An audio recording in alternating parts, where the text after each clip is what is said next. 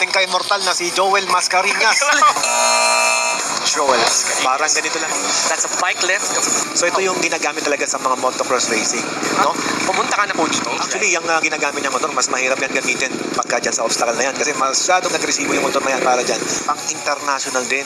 Para kung sakaling dayuhin man tayo ng ating mga ibang lahi, ibang bansa. Ducati Scrambler yon. So, hindi mo talaga pinaghandaan, hindi ka 100 points.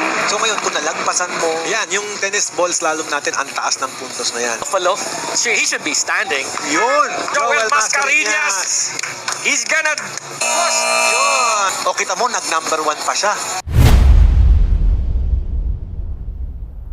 Hello guys! Nandito tayo sa Manibela Challenge dito sa Bataan. At makikita nyo yung mga obstacles ganito.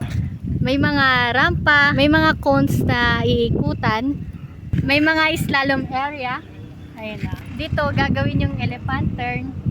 Ayan. At dito tutuloy ka dito sa linya. Ayan. Ito naman yung buzzer area. Ayan. Habang nagmamotor ka, hawak-hawak mo yan. Ay, kapag may tunog, may penalty yon.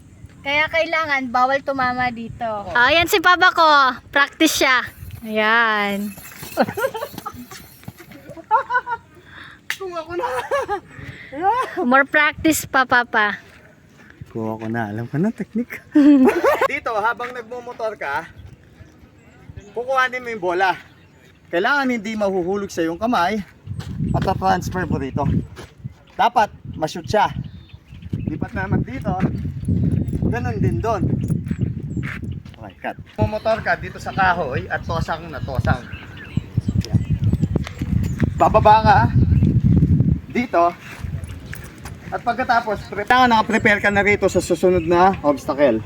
Na kailangan yung gulong mo sa panlikod nandito, yung pangharap naman dito. Papasok sa pag ganun.